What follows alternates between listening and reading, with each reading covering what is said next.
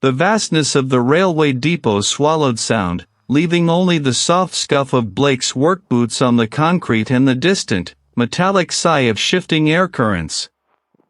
Dust motes danced in the sparse shafts of sunlight that pierced the grimy skylights, illuminating towering shelves laden with a century of forgotten records. Here, amidst the rusted locomotives and disused rolling stock, Blake maintained order. Their work was precise, a relentless battle against entropy, categorizing the detritus of defunct rail lines, forgotten passenger manifests, and the arcane blueprints of obsolete machinery. For Blake, this methodical existence was an anchor, a bulwark against the inherent chaos of the world. Each morning, they followed the same ritual: a thermos of lukewarm tea, a worn leather-bound notebook, and a meticulously sharpened pencil. Today, the task was Section Gamma-7, a particularly dense collection of unclaimed freight manifests from the early 1900s, recently relocated after a structural assessment of an adjacent bay. Blake approached the designated shelf, a monolithic structure of steel and aged wood, their mind already mapping the inventory, anticipating discrepancies. They moved with an economical grace, a practiced efficiency born of years spent navigating the labyrinthine corridors of the depot. The air in Gamma-7 was heavier, thicker with the scent of decaying paper and machine oil. Blake adjusted the headlamp strapped to their forehead, casting a focused beam across the spines of countless ledger books. They ran a gloved hand along the shelf, feeling the texture of the old wood, the gritty film of dust. Each item had a place, a history, a reason for its continued, albeit stagnant, existence. This was the bedrock of Blake's understanding, the fundamental principle that guided their every action. They began the inventory, pulling down boxes, cross-referencing their contents with the digital database. The process was slow, painstaking, but Blake found a deep satisfaction in the rhythm of it. Each completed entry was a small victory, another piece of the past secured and accounted for. Hours passed, marked only by the growing stack of processed boxes and the slow emptying of the thermos. The silence of the depot, usually a comforting blanket, began to press in, amplifying the faint creaks and groans of the immense structure. It was in the penultimate box, nestled between a brittle sheaf of waybills and a rusted brass key, that Blake found it. A small, lacquered wooden box, no larger than a hand, intricately carved with a pattern of interlocking geometric shapes that seemed to shift and reconfigure under the headlamp's beam. It had no label, no identifying mark, no indication of its origin or contents.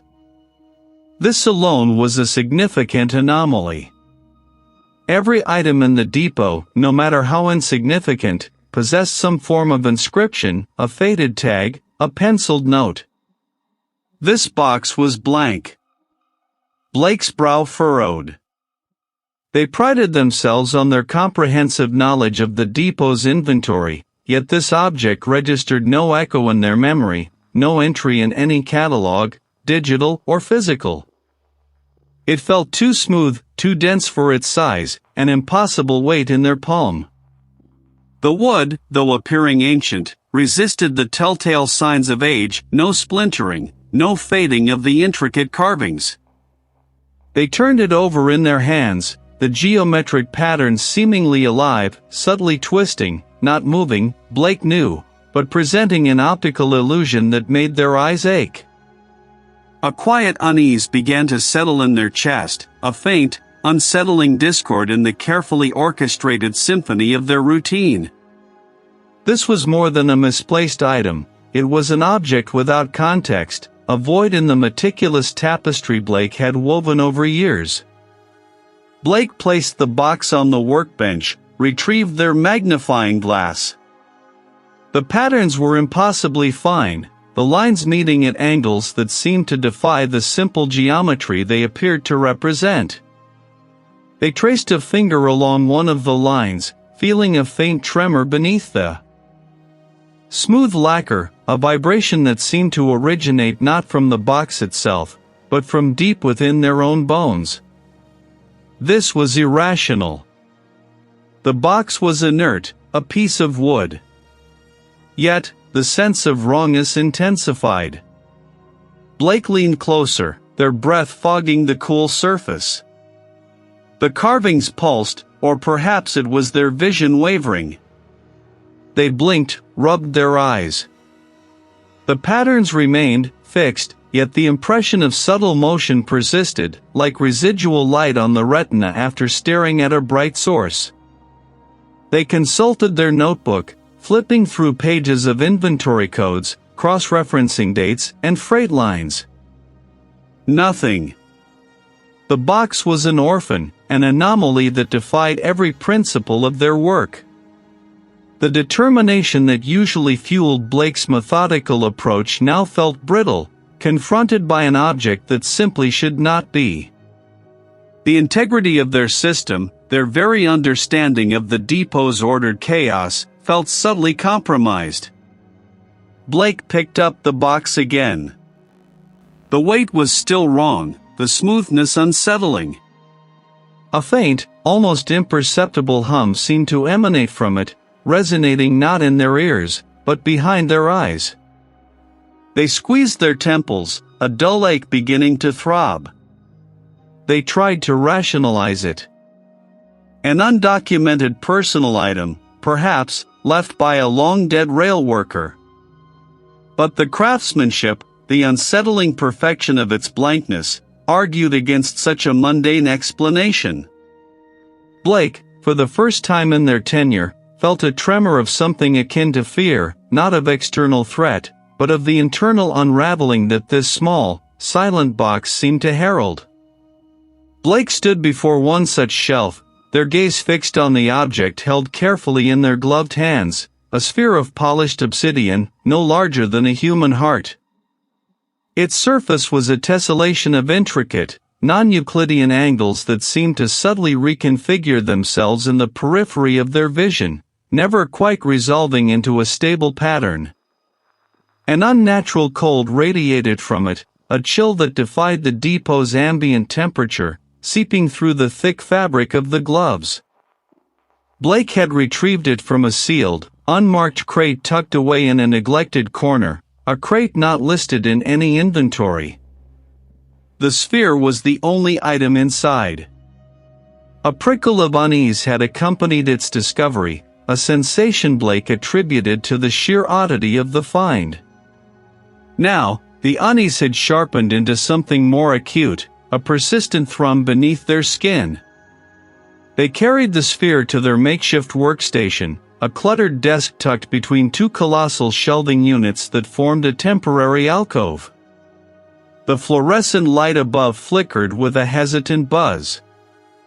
Blake placed the obsidian on a sheet of acid-free archival paper, its blackness absorbing the light, making the intricate carvings seem to recede and deepen simultaneously. They retrieved their tablet, its screen glowing bright in the dim space, and began their investigation. Initial database searches using keywords like obsidian artifact, unlisted cargo, and geometric anomaly yielded nothing relevant. Blake expanded their parameters, cross-referencing old shipping manifests from the depot's early operational years, scanning digitized handwritten logs, and sifting through decades of inventory discrepancies. Hours bled into one another. The air grew heavy, thick with the scent of aged paper and industrial dust. Then, a flicker.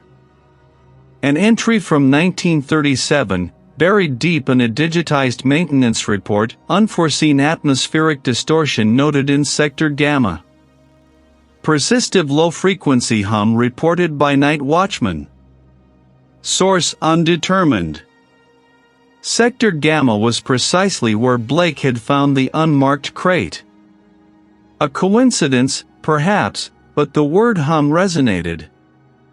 Blake thought they had been imagining the faint, almost imperceptible vibration that had begun to accompany their proximity to the obsidian sphere. They zoomed in on the scanned report. Scribbled in the margin, almost illegible, was a small sketch. Not a direct representation of the sphere, but a cluster of lines, angles, and curves that mirrored the unnerving geometry etched onto its surface. Blake felt a jolt, a sudden tightening in their chest. The air in the alcove seemed to thicken, pressing in. "This is impossible," Blake murmured, the sound swallowed by the cavernous depot. Their voice sounded thin, alien. Driven by a nascent dread, Blake delved further into the archives surrounding the 1937 report. They found a series of personnel transfer requests, all from night watchmen assigned to Sector Gamma, all citing unspecified psychological distress or unexplained sensory phenomena. One file for a watchman named Elias Thorne included a brief, redacted medical note mentioning auditory hallucinations and severe paranoia. Blake stared at the screen. Thorne's file also contained a crude drawing, almost identical to the margin sketch, but more elaborate, almost obsessive in its detail. It was the sphere's pattern, rendered from memory. Blake leaned back, rubbing their temples.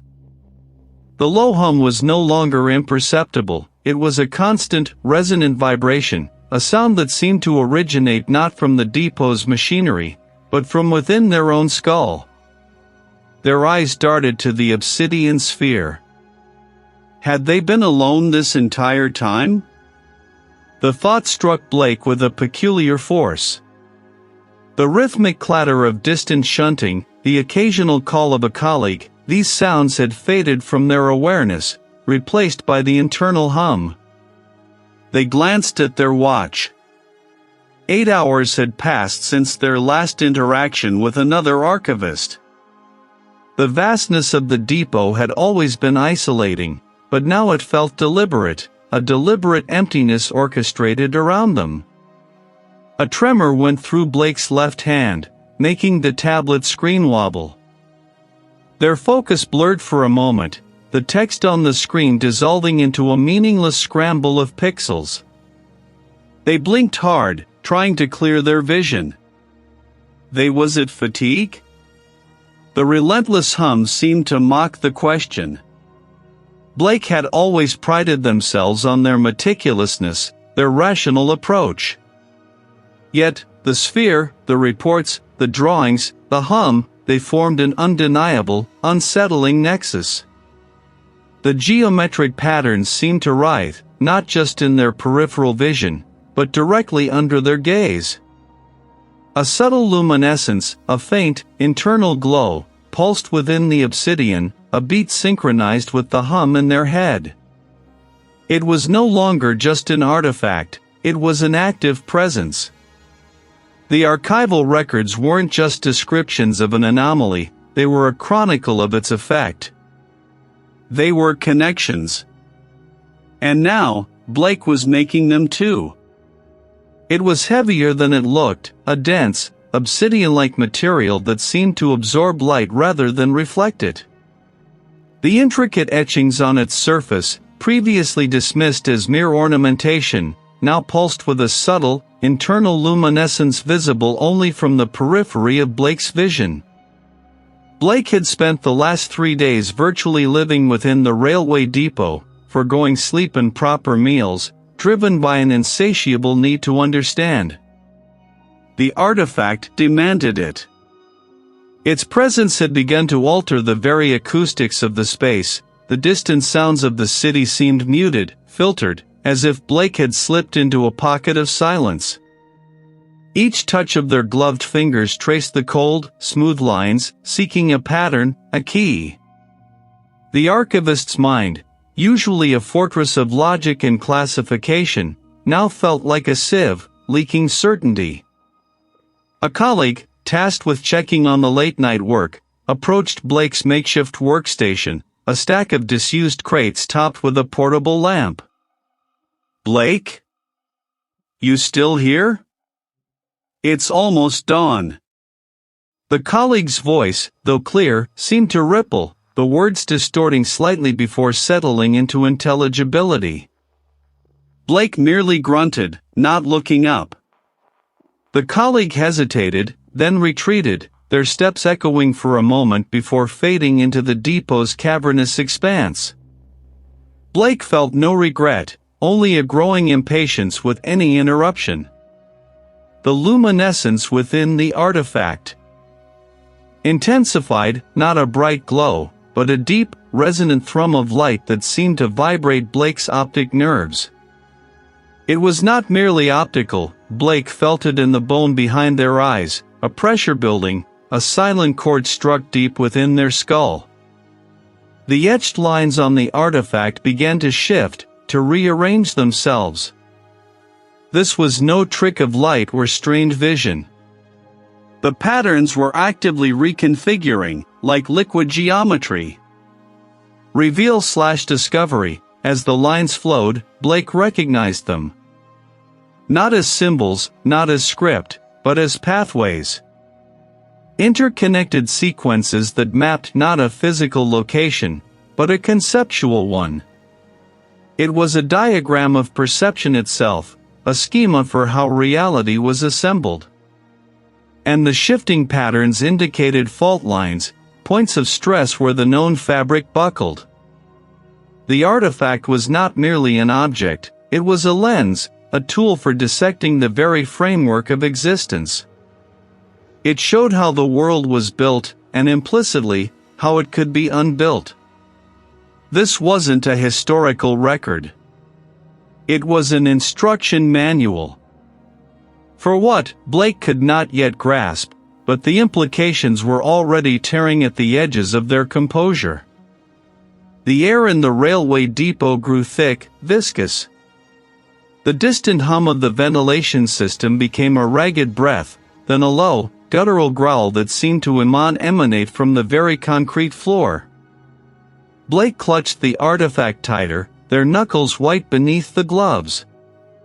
The subtle distortions that had plagued their senses for days now intensified into a direct, terrifying manifestation. The towering shelves of archived materials began to waver, their solid metal frames bending and stretching like taffy, then snapping back with an audible crack that reverberated through the vast space. Blake's breath hitched. Their mind, so accustomed to order, fought against the onslaught. This was not hallucination. This was too real, too encompassing. It spoke of infinite permutations, of structures too vast to comprehend, of a reality that was merely one of countless, fragile interpretations. It was the voice of the artifact, or perhaps, the voice of what the artifact allowed Blake to perceive. They described the fragility of perception, the thinness of the veil, the endless, indifferent expanse beyond. Blake squeezed their eyes shut, but the images persisted, burned onto the inside of their eyelids. The railway depot, once a sanctuary of order, now crumbled around them, not physically, but conceptually. The solid steel girders twisted into impossible geometries, the concrete floor rippled like water, and the air itself felt thin, inadequate, as if it could no longer sustain a coherent atmosphere. When Blake reopened their eyes, the chaos had coalesced into something more terrifyingly specific. The towering shelves, no longer merely bending, were now dissolving into a shimmering mist, revealing glimpses of something vast and formless lurking behind them. The artifact in their hands throbbed, its internal light now a blinding, silent explosion within Blake's mind. Blake understood. The artifact wasn't just showing them how reality was built, it was showing them the true architecture, the raw, unadorned scaffolding that lay beneath the comforting illusion of order. And beyond that scaffolding, something immense, something ancient, was stirring, roused by Blake's probing, by the artifact's activation. It had always been there, just beyond the reach of human perception, vast and indifferent. And now, Blake had opened a door. Blake pressed deeper, a determined archivist pursuing a truth that now felt less like a discovery and more like a premonition. The air grew heavier, thick with the scent of aged paper and something else, something mineral and cold, like a vault left open to the void. The rows of shelving, once orderly, began to present a subtle disjunction. A shelf that had been perfectly level now seemed to possess a gentle, almost imperceptible curve, its contents listing marginally. The shafts of light, once distinct, bled into each other, creating shimmering boundaries that wavered like heat haze. Blake paused, their hand rising to their temple. A dull pressure throbbed behind their eyes, a sensation not of pain, of a subtle recalibration, as if the internal mechanisms of perception were being subtly realigned. "It's the dust," Blake murmured, the sound swallowed by the cavernous space. "Poor ventilation." But the explanation felt hollow, a flimsy shield against an encroaching certainty. They continued, their gaze sweeping over the countless boxes, the forgotten industrial relics, the shrouded machinery that hinted at past functions now utterly alien. Blake blinked. They had never been in such a place. Yet the memory persisted, vivid and unsettling. A section of shelves, taller and more densely packed than the others, drew their attention. It stood like a monolith, its steel frame rusted to a deep, ruddy brown, giving it the appearance of ancient, petrified wood. Blake approached, their breath catching in their throat. The glass was thick, smudged with generations of grime, but through it, they discerned shapes unlike anything they had ever catalogued. These were not typical artifacts. They were carved tablets, perhaps a dozen in total, each roughly the size of a human hand. Their surfaces were covered in intricate, looping patterns, a script that defied any known linguistic origin. This was it. This was where the artifact had come from, or at least, something intimately connected to it. With a methodical precision that belied the tremor in their hands, Blake located the latches on one of the display cases. The metal groaned, protesting the movement, but eventually yielded. The cool air of the depot rushed in, carrying with it a scent that was at once earthy and electric, like wet soil after a lightning strike. Blake reached in, their fingers brushing against the smooth, cool surface of the nearest tablet. It felt dense, impossibly heavy for its size. As their fingers closed around the tablet, the internal luminescence flared, a soft, emerald glow that pulsed directly into their palm. An immediate, searing cascade of information flooded Blake's mind. It wasn't images or words, but pure, raw data, concepts untranslatable into human language.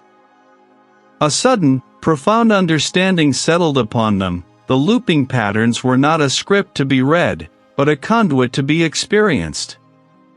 They depicted a geometry that defied Euclidean space, a series of dimensions folded inward, existing simultaneously, endlessly. Blake saw, or rather felt, the true, monstrous architecture of existence.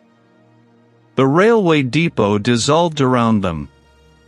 The towering shelves buckled, their steel frames twisting into impossible angles, stretching and contracting like living sinews. The concrete floor became a churning sea of gray, undulations rising and falling, reflecting the distorted light from the skylights as if from a shattered mirror. The metallic sighs intensified, coalescing into a chorus of non-voices, a guttural hum that vibrated in Blake's bones, speaking of things that had always been, just beyond the edge of perception. Blake gasped, the tablet still clutched in their hand, its emerald glow now matching the frantic flicker of their own dissolving consciousness. Their memories scattered like dust motes in a gale. Was their name truly Blake? Had they ever been an archivist? Identity became a garment, worn and discarded, meaningless. The corridor memory returned, stronger now, clearer. It wasn't a memory of a place they had been, but a memory of a state they had inhabited, a vast, observing consciousness that had merely chosen the form of Blake, the archivist, as a temporary lens. The horror was no longer external, no longer something to be uncovered. It was internal, absolute, and terrifyingly familiar. The true horror was the realization that the universe was not unraveling, it was simply revealing its inherent state, a state of perpetual, chaotic flux that had always been masked by the fragile illusion of human sanity.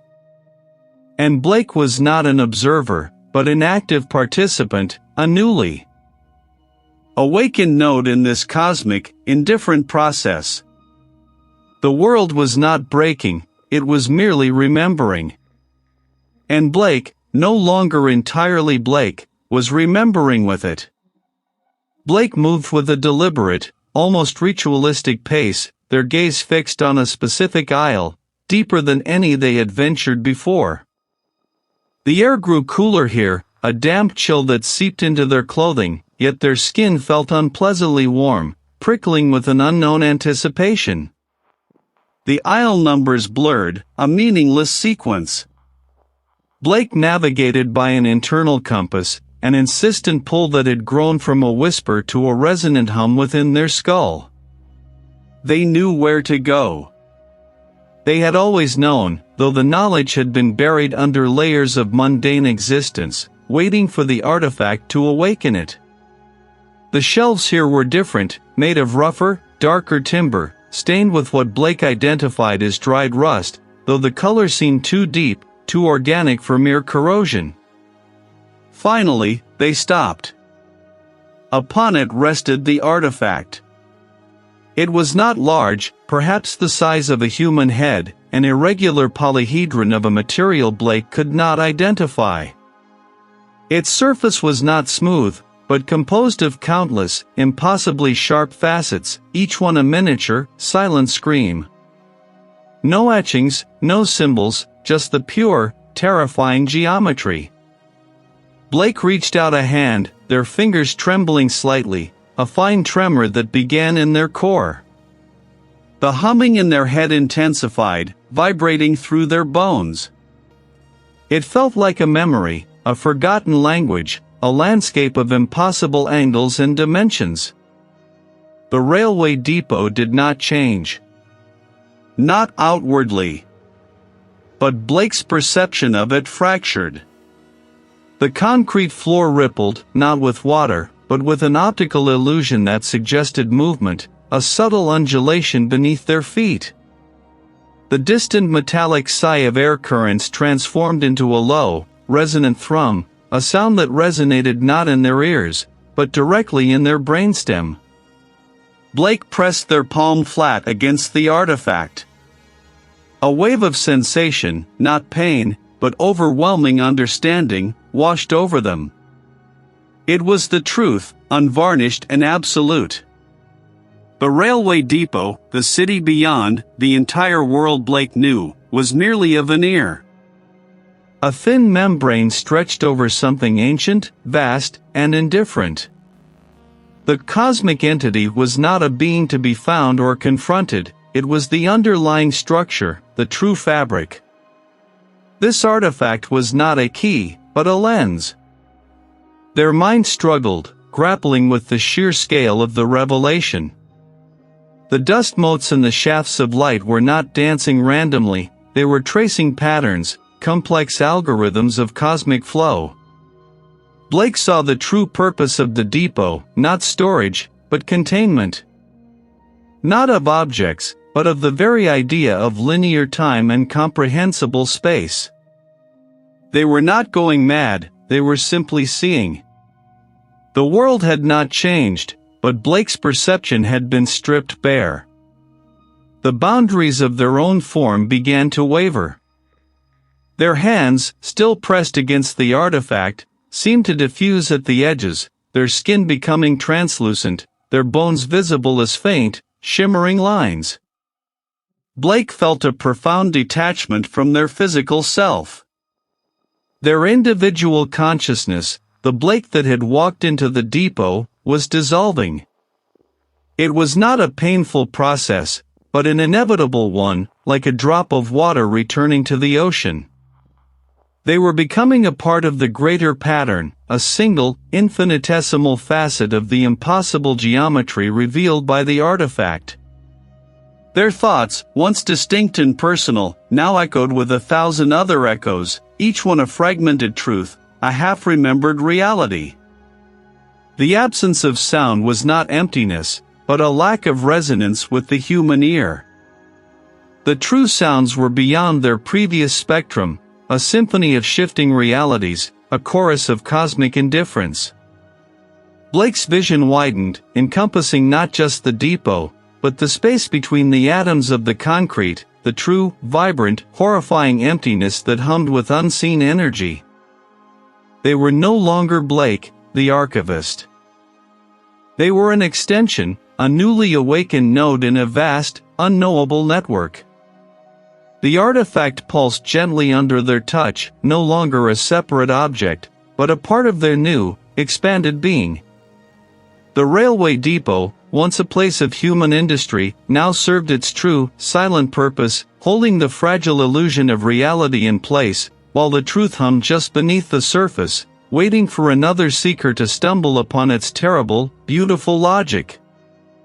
Blake's physical form, still standing before the plinth, shimmered, then slowly began to fade, becoming less distinct, less solid, until only the faintest outline remained, a ghost of an archivist, forever bound to the silent, watchful depot. The air currents sighed, carrying only dust, and the lingering scent of forgotten things.